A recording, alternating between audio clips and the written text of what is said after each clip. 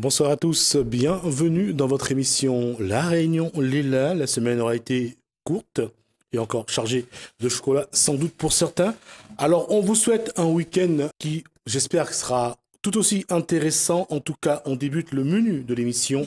On parle de formation pour apprendre dans Cosman Réunionnais. C'est pas commun, mais je reçois un ours. Bonsoir Bruno. Ours. Bonsoir Lucie, oui. Alors, la formation pour apprendre, c'est paradoxal, c'est un peu antinomique de dire formation, c'est pour apprendre. En fait, l'être humain a besoin d'apprendre toute sa vie. Donc, on pourrait imaginer que ça soit naturel, mais c'est pas si naturel que ça, parce qu'on a depuis... Ouais, on dira que les messages sont troublés ou les outils cognitifs qu'on a ne fonctionnent plus comme avant. Alors, il y a plusieurs choses. C'est-à-dire que l'école ne joue peut-être pas le rôle qu'elle devrait jouer pour nous apprendre à apprendre. Et puis, parce qu'elle ne prend pas forcément en compte toutes les personnes dans leur entièreté, enfin, telles qu'elles sont. Parce que notre enseignement est tout de même très normé et les êtres humains sont tous différents, ça c'est sûr. Ça c'est intéressant. Notre système est normé, notre structure est très hiérarchisée. Quelle est votre formation ? Disons, c'est quelque chose. Moi, je suis issu d'un système où on était parfaitement normé, ça passait ou ça cassait. Vous êtes venu à La Réunion pour parler de formation, c'est-à-dire comment apprendre à l'autre. Oui, disons, je suis venu pour plusieurs choses. Hein. Au départ, je suis venu pour parler de la différence. Parce que c'est pour ça qu'on m'a fait venir, pour animer un café pédagogique sur la différence. Et peut-être que c'est un sujet... La différence dans la formation ou... Non, la différence entre les êtres humains dans la manière de fonctionner, la manière d'apprendre, la manière de vivre. Vaste sujet, j'ai l'impression. J'allais dire, c'est surtout des schémas de comportement qu'il faut mettre en avant.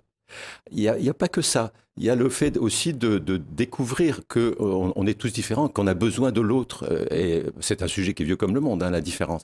Mais pour apprendre aux personnes à prendre un peu de recul, peut-être. Moi, je tombe de la Lune, hein. C'est la première fois que je viens à La Réunion, et j'apporte des outils qui permettent de réfléchir à comment vivre ensemble. Alors, donc le premier point, c'est parler de la différence. Mais j'ai profité de l'occasion pour avoir des interventions avec des enseignants, avec des parents. Je vais être malicieux. Vous venez avec des outils pour dire comment vivre ensemble. Je veux dire, quand on regarde parfois les conflits qu'il y a dans le monde, on est loin de savoir vivre ensemble, apparemment. Alors, il y a des gens qui, disons, c'est le principe de la goutte d'eau. Hein. Moi, je suis une petite goutte d'eau qui va peut-être permettre de vivre ensemble. Mais j'ai découvert, depuis 20 ans que je travaille dans la pédagogie, dans les pédagogies nouvelles, des outils pour mieux apprendre, mais aussi pour mieux vivre ensemble, qui sont très simples, mais qui peuvent être mis en application facilement. Sous forme de jeu, sous forme d'activité. Et c'est pas si compliqué que ça, de vivre ensemble. C'est pas si compliqué, je suis d'accord avec vous sur ce point-là. Mais on regarde aujourd'hui, on enseigne le yoga en maternelle, on y amène dans les écoles la communication bienveillante. Aujourd'hui, on parle de pensée positive, de psychologie positive. On n'arrête pas d'inventer, surtout depuis Françoise Dolto, de décortiquer les systèmes pour essayer d'amener les outils pour bien communiquer. On n'a pas arrêté d'inventer du matériel pour ça. Finalement, à l'arrivée, quand on fait le constat, le résultat est bien maigre. Alors, les spécialistes, on va dire, qui nous observent d'un peu haut, disent que tout de même les choses avancent. Hein. Mais si, il faut y croire. Alors, je vais y croire. Disons, au moins un jour sur deux. On peut y croire au moins un jour sur deux. Hein. Et surtout, disons, moi je travaille avec quelqu'un qui est d'origine indienne, qui vit aux États-Unis, qui a connu la différence. Hein, un Indien qui vit aux États-Unis et qui a inventé énormément d'outils pour vivre la différence au quotidien, mais d'une manière naturelle. Moi, je me méfie des modes actuellement. Vous avez cité plein de modes, hein, la pensée positive. C'est très bien, hein, mais c'est un peu comme un tam-tam. On tape dessus, ça fait du bruit, mais est-ce qu'on met ça en réalité dans la vie de tous les jours? Je ne suis pas toujours sûr. Et ça, j'aime bien... Moi, je ne suis pas un homme compliqué. J'aime bien les outils qui sont ultra simples, qui coûtent rien et qu'on peut mettre en application facilement dès le lendemain. Ce que j'adore quand on fait des formations, par exemple, c'est lorsque les gens qui viennent, les stagiaires, nous disent dès le lendemain, j'ai mis en application ça, c'était génial. Voilà. Et ça m'a rien coûté. On est dans ce genre de choses. Je vous sens un peu sceptique, mais c'est pas sceptique. C'est aujourd'hui, vous le savez aussi bien que moi, sinon mieux, je pense qu'on n'arrête pas d'inventer, d'innover, d'inventer des outils toujours différents, supplémentaires, pour qu'on communique mieux. Et là, vous arrivez sur une posture en disant il faut une simplification aussi bien des moyens que du schéma de comportement humain. À un moment donné, il faudra bien que l'être humain choisisse de savoir qu'est-ce qu'il veut.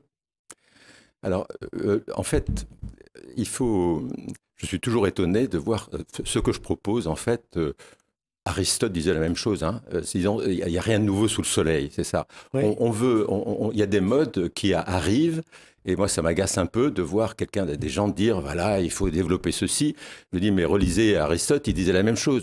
Et d'autres grands pédagogues à travers les âges qui disaient la même chose. Il y a des grands pédagogues dont il faut se rappeler.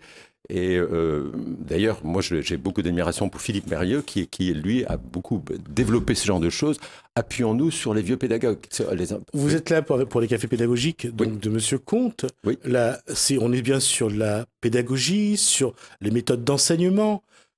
S'il y a un endroit où je ne dis pas que c'est un échec, parce que là, j'irai dans votre sens, mais on n'arrête pas de se prendre le pied dans le tapis de savoir quelle est la bonne méthode d'enseignement aujourd'hui à l'école. Et on n'arrête pas de changer, d'innover, et chaque ministre vient avec la solution extrême. Alors, moi, je n'ai pas de méthode. J'ai une approche. Ce qui est différent, une méthode pour moi, c'est fermé. Une approche, c'est quelque chose qui est global. C'est juste considérer l'être humain comme quelque chose d'une manière plus naturelle. Plus naturelle. C'est-à-dire qu'il a un cerveau, il a un cœur, il a des émotions et il a un corps. À l'école, actuellement, on se sert essentiellement que du cerveau. Le corps n'existe pas, les émotions, on les laisse à l'entrée de la classe. Mais tout ça, ça c'est la première chose. La deuxième chose, c'est que mon but, c'est de donner une cohérence à tout ça. Comme vous avez raison, il y a 1000 choses, surtout avec Internet maintenant, il y a 1000 méthodes, et les enseignants, les parents sont complètement déboussolés, ils lisent des revues psychologiques ou pseudo-psychologiques qui sont complètement déboussolés. J'essaie de donner une cohérence avec des outils ultra simples, des outils qu'on peut apprendre à un enfant de 6 ans, mais qu'on peut aussi utiliser en entreprise, c'est les mêmes outils. Et cette cohérence est pour moi très importante. C'est-à-dire qu'on prend l'être humain dans toute son humanité. Et ça, j'y crois beaucoup à l'humanité et qu'on a perdu, me semble-t-il, pour beaucoup. La question va paraître peut-être un peu bizarre, mais comment revenir à des choses simples? Comment revenir à des approches simples? Comment revenir déjà à des comportements simples? Alors, ce qui est très curieux, c'est que ce sont les scientifiques, les neurosciences, qui nous disent que, vous savez, ce que disait Aristote ou bien ce que disaient des grands pédagogues, ils avaient raison. C'est eux, avec toute leur science, qui nous disent que les grands pédagogues, avec leur simplicité, tout de même, je parle d'Aristote parce que c'est un grand monsieur, il était pédagogue, lui, hein, et c'était le pédagogue d'Alexandre le Grand, tout de même, c'est pas rien, et il avait des principes, mais il n'y a pas que lui, dans les grands pédagogues, il y a John Dewey aux États-Unis, il y a Saint Jean Bosco aussi au Brésil, qui ont fait avancer les choses et qui disaient les choses, les gamins, ils sont mal dans leur peau, les gamins des rues, comment faire? Et ils revenaient à des choses simples, c'est-à-dire le cœur, le corps et le cerveau. Est-ce que, par exemple, je vous donne juste un exemple, hein, parce que le temps est un peu compté, les scientifiques nous disent qu'il y a une chose essentielle pour bien apprendre, c'est l'exercice physique. Ils disent que c'est essentiel parce que le cerveau fonctionne moins bien. Aller dans une salle de classe, c'est quoi l'exercice physique? C'est 1 heure de PS par semaine. C'est une aberration. Il devrait y avoir 1 heure d'exercice physique tous les jours pour que le cerveau fonctionne mieux. C'est exactement le genre de choses que les scientifiques nous disent. Et ça, Pythagore disait, hein, les trois grands thèmes de Pythagore, c'était les mathématiques, l'exercice physique et la musique. Et la musique aussi, c'est un moyen d'apprendre extraordinaire. Et au collège, il y a 1 heure de musique. Bon. Juste pour faire parler avec Pythagore, il faut revenir à la pyramide de Maslow? Alors, oui, alors les pyramides de Maslow, pour moi, c'est trop systématique. Oui, ça ne voit pas les choses au moins globales. c'est un peu simpliste à la rigueur et compréhensible. C'est compréhensible qu'on a des besoins primaires et des besoins de plus en plus.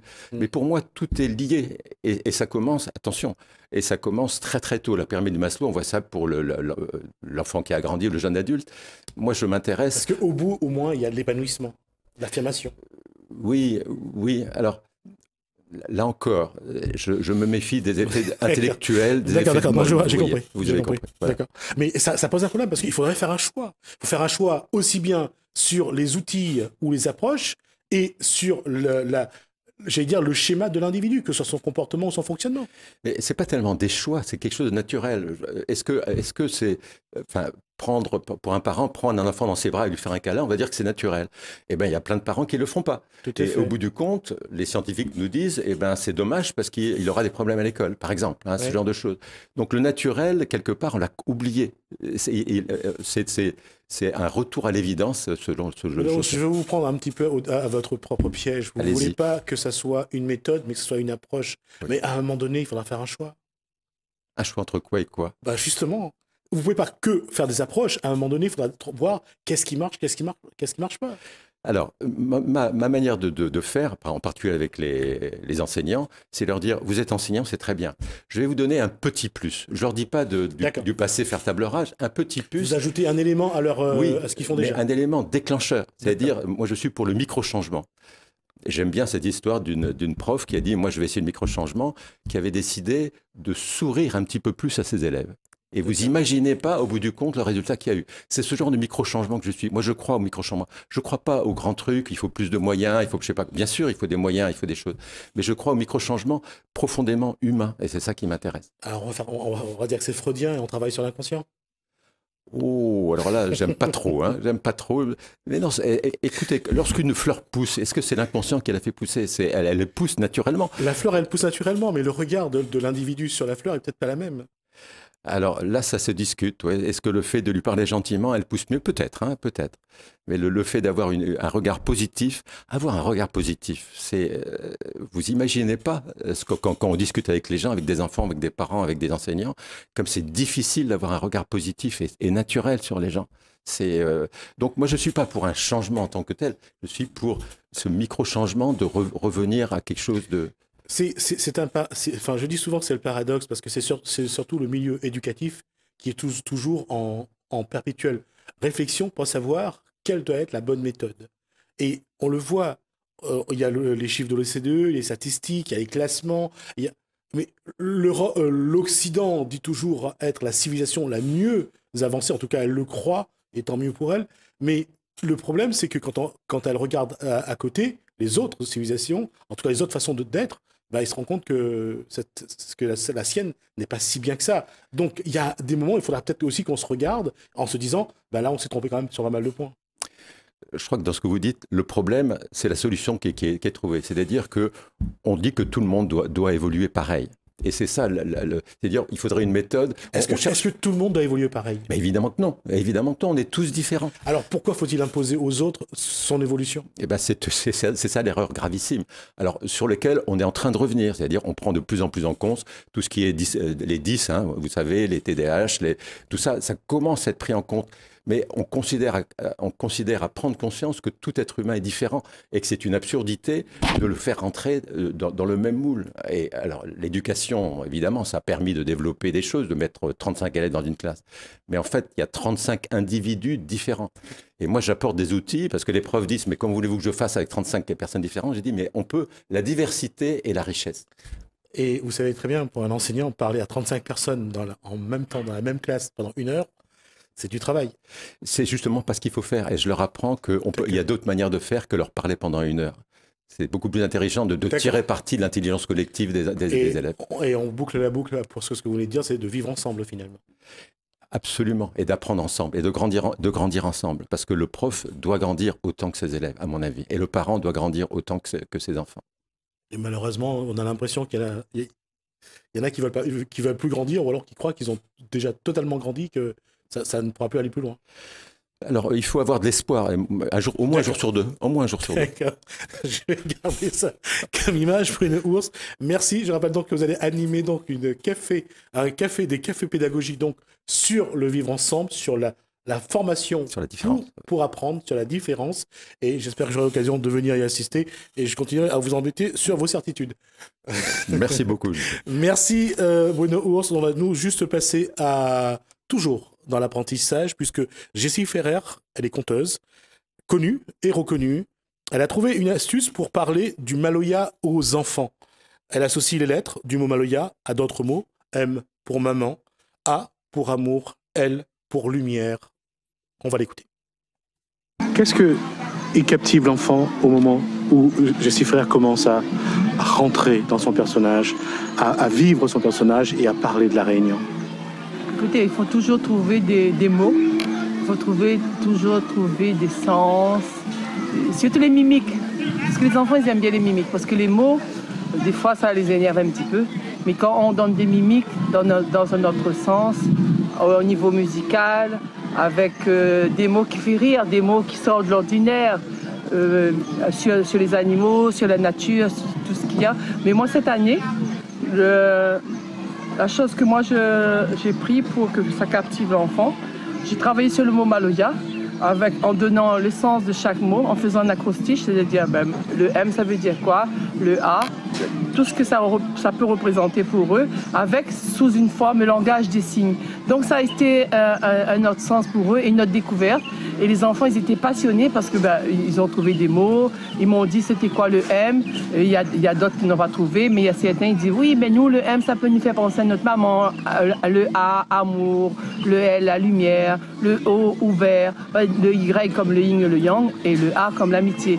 Donc ça fait une participation de l'enfant et en même temps soit un signe avec le langage des signes au niveau des lettres de l'alphabet. Ça veut dire quoi? Toutes les lettres de mots qui représentaient le mot Maloya.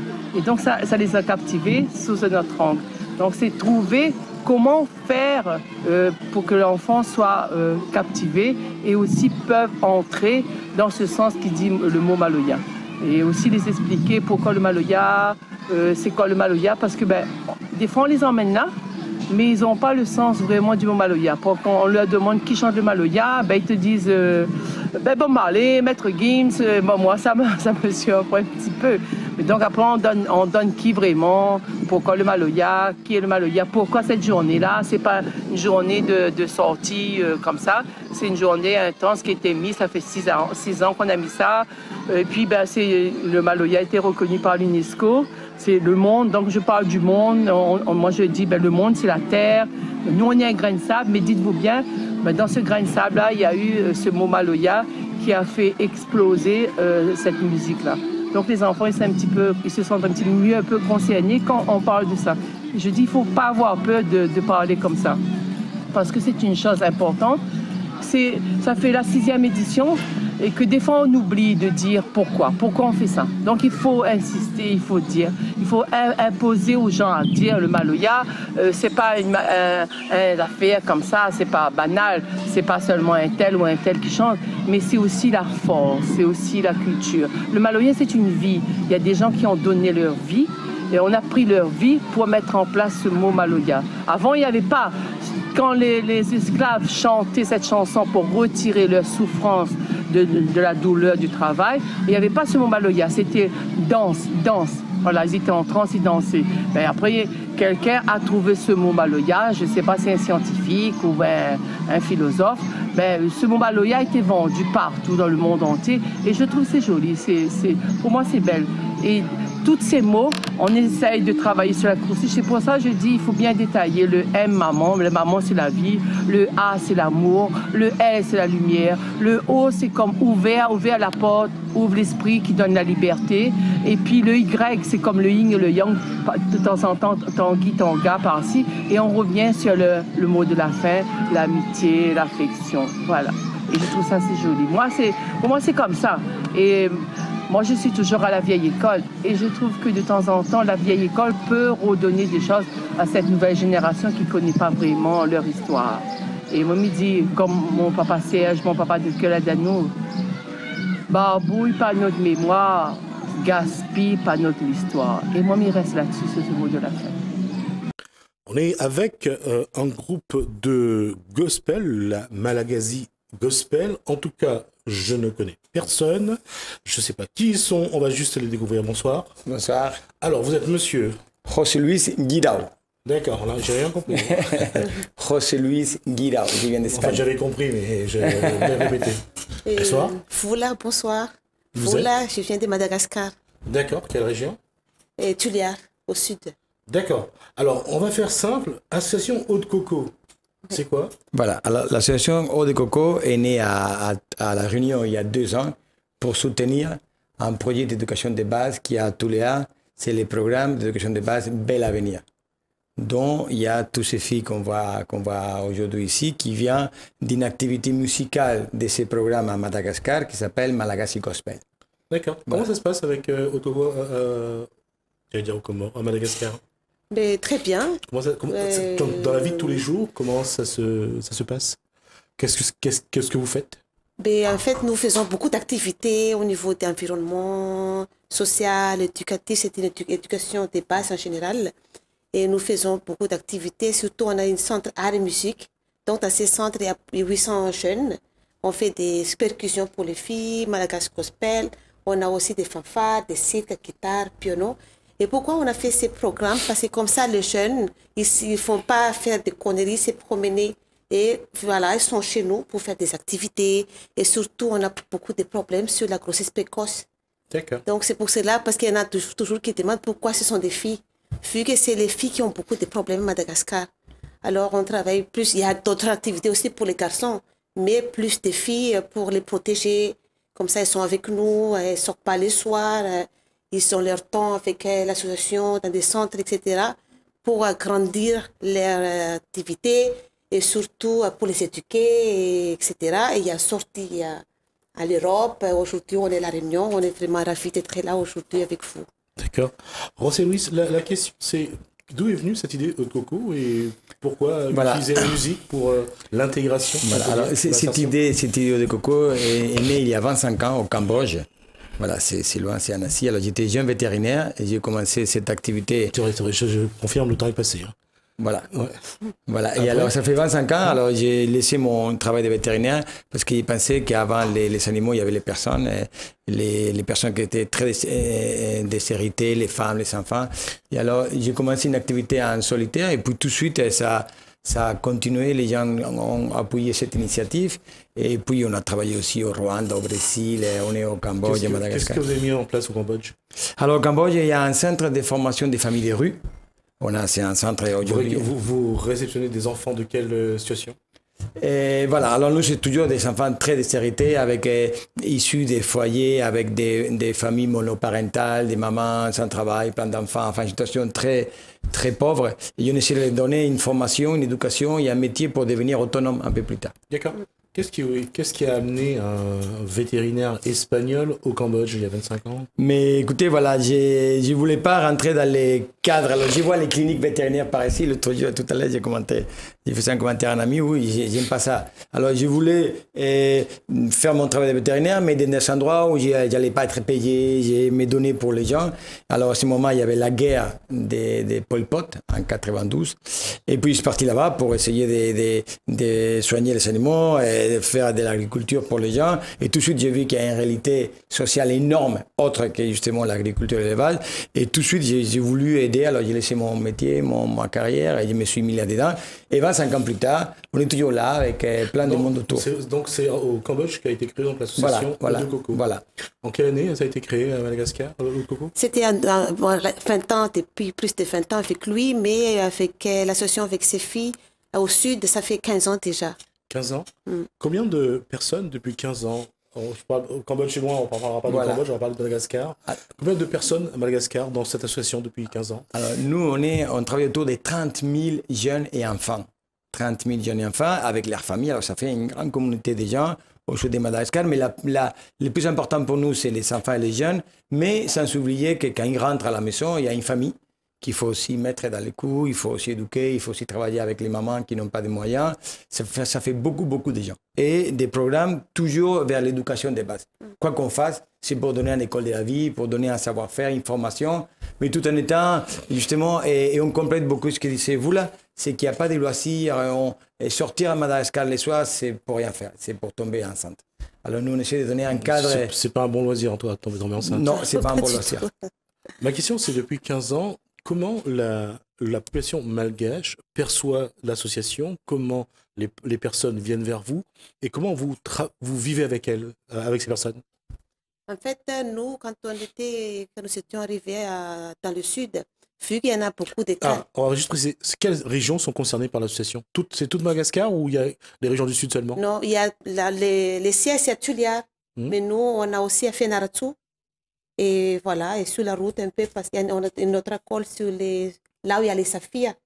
Voilà, on a l'école des saphirs. Et là, l'école, là, elles font ses filles. On a l'école des salines, parce que ce sont des enfants qui travaillent pour les sels. On a récupéré pour être avec nous. D'accord. Alors, qu'est-ce que, quand les enfants arrivent à l'école, qu'est-ce que vous devez leur apprendre pour qu'ils se mettent à bien chanter, à devenir de bonnes musiciennes, de bonnes chanteuses? Qu'est-ce qu'il faut leur apprendre? Le solfège, ce qui est basique? Non, non, on les apprend. Alors nous, on a une éducation formelle pour ces enfants, pour avoir un diplôme. Il faut un diplôme et pour avoir une carrière et un avenir. Mais aussi, on appelle une école de la vie. On a autour de l'art, de la musique, de l'esport. Et on apprend beaucoup de valeurs. Alors l'engagement, la solidarité, les compromis. Voilà, tout ça, ça s'apprend avec la musique, l'art, le sport. Et les résultats sont magnifiques. D'accord. Alors, puisque les résultats sont magnifiques, on va commencer par une première interprétation. Qu'est-ce qu'elles peuvent nous... Bon, on va chanter les filles Intimi Siakamanta. D'accord? Inti Lazare. 1, 2, 3. Intimi Siakamanta. Lazare. Tiana Yambare. Bendice mi Karakara. Ni Fana Piazza. Pela Venire.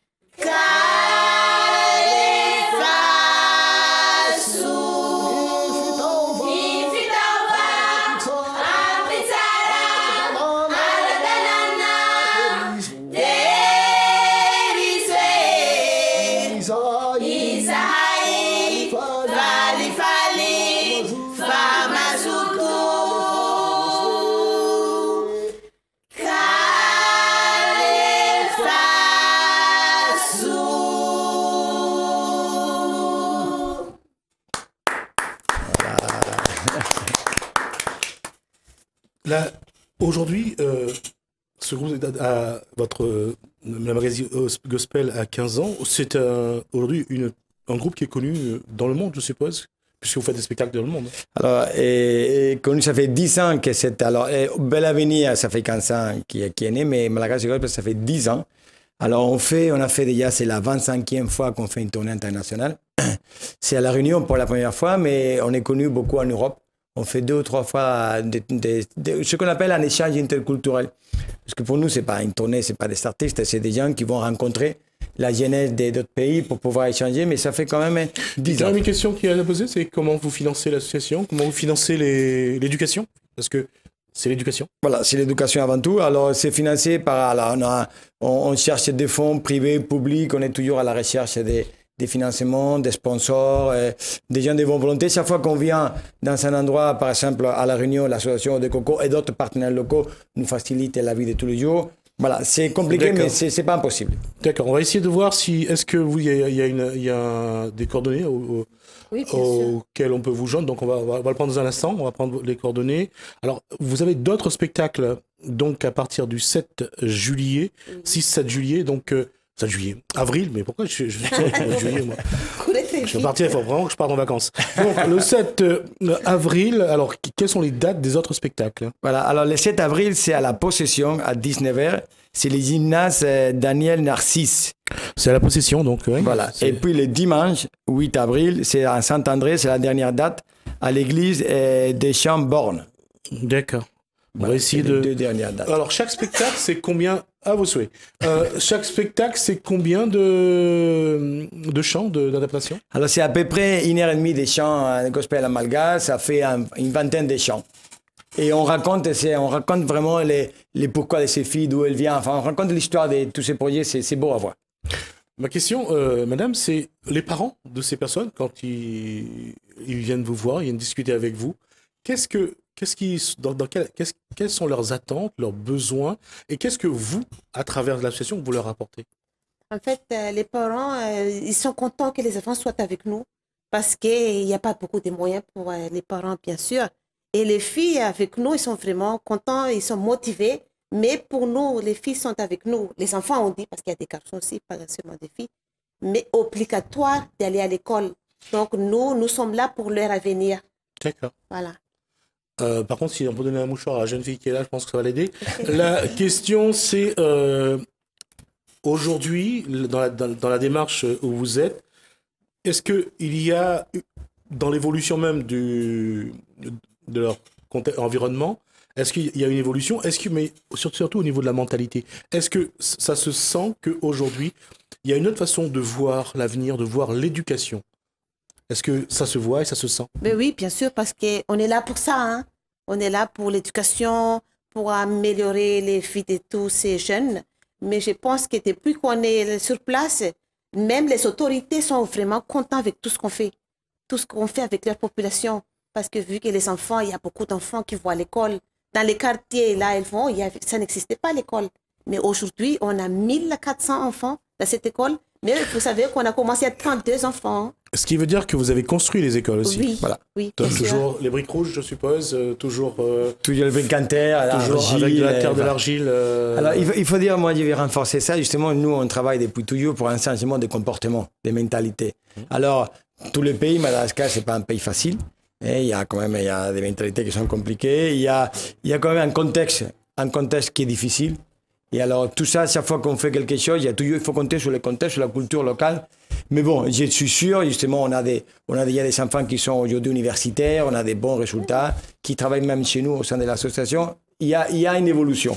La question est pour vous deux, mais ça veut dire aussi qu'au-delà de cette éducation que vous leur apportez, de l'instruction, il faut aussi leur proposer des emplois pour demain. Bien sûr. Est-ce que ça veut dire que dans le projet que vous avez, l'association Haute Coco, vous mettez en place également je dirais des entreprises, que vous créez des emplois pour que demain, ces enfants puissent travailler dans leur village? Voilà. Alors déjà, nous, on a créé justement, on a créé un hôtel solidaire.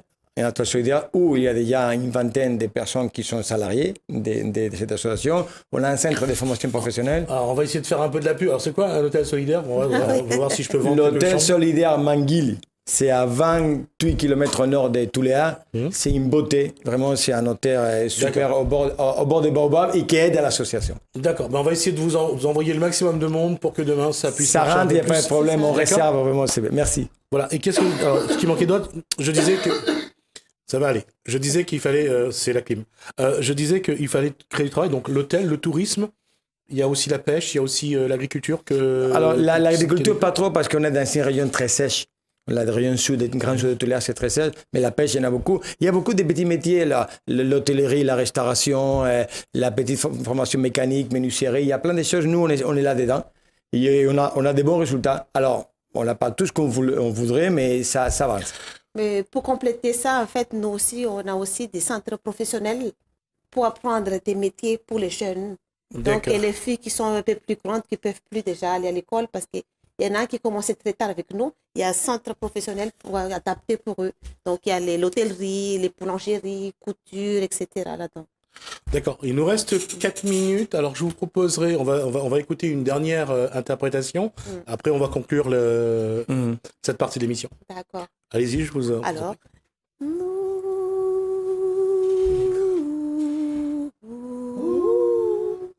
Un, deux, trois.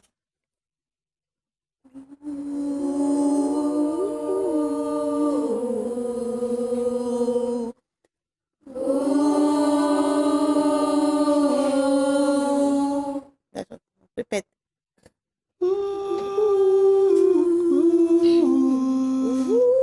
3.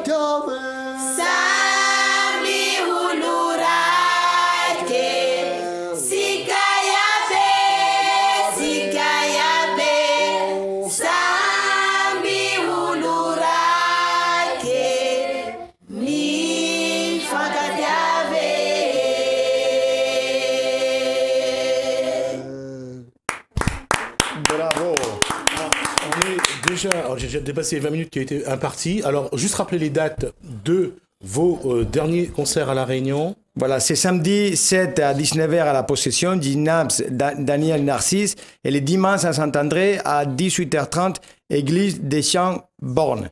Alors, moi je voulais, voilà, c'est important de dire que c'est l'association Eau de Coco La Réunion qui soutient les programmes à Madagascar. C'est audecoco.org, évidemment, et sinon c'est le 06 92 26 17 17, numéro de téléphone. Et nous, en venant ici à La Réunion, on cherche justement la possibilité d'avoir des contacts, des possibilités, de que les gens viennent à Madagascar nous aider et de faire un compromis entre l'océan Indien, La Réunion et Madagascar. C'est ça qui est important. D'accord. En tout cas, merci pour ce bon moment. J'espère au moins assister à un concert et j'espère en ramener des images pour cette émission, pour les prochaines en tout cas. Merci à vous. En tout cas, bon concert. Moi, je vous dis à tout de suite.